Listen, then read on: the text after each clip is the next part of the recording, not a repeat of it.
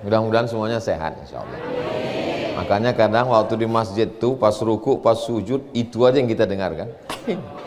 Karena maklumlah banyak manusia. Tapi insyaallah batuknya itu pun bernilai tasbih insyaallah. Karena bunyinya hanya batuk, tapi di dalamnya tetap subhanallah, walhamdulillah, wala ilaha illallah, wallahu akbar. Jadi nanti kalau ditanya, kira-kira udah bisa jawab kan? Kenapa lama berkeliling di situ? Udah dijelaskan Ustaz Somad waktu tabligh akbar terakhir tuh kemarin.